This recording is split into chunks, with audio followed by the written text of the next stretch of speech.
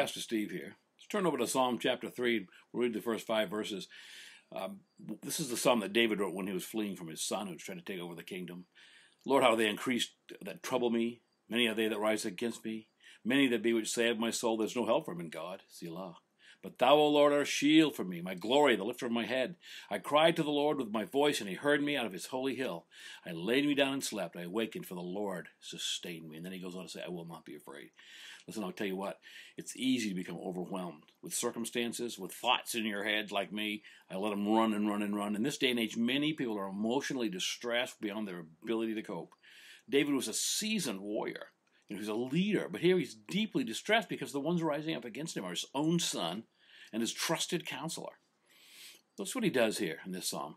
First of all, in verse 3, he praises God. You, O Lord, are a shield for me. You're the glory. You're the lifter of my head. In verse 4, he prays in faith. I realize you heard me. I cried to the Lord and he heard me.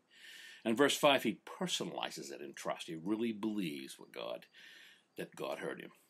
He, in total trust, did what Peter said to do, Paul said to do over in Philippians chapter 4. Be anxious for nothing, but in everything by prayer and supplication with thanksgiving, let your requests be made known to God.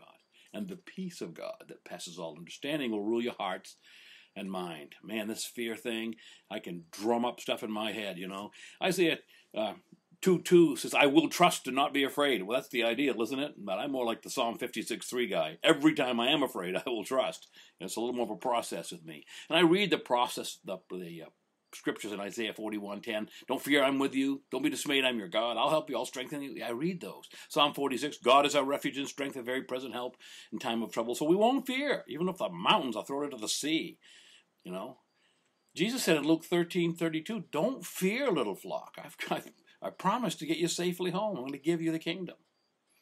Now, like the psalmist, I need to just accept that God is ever vigilant. He's always on the watch. He never sleeps on watch.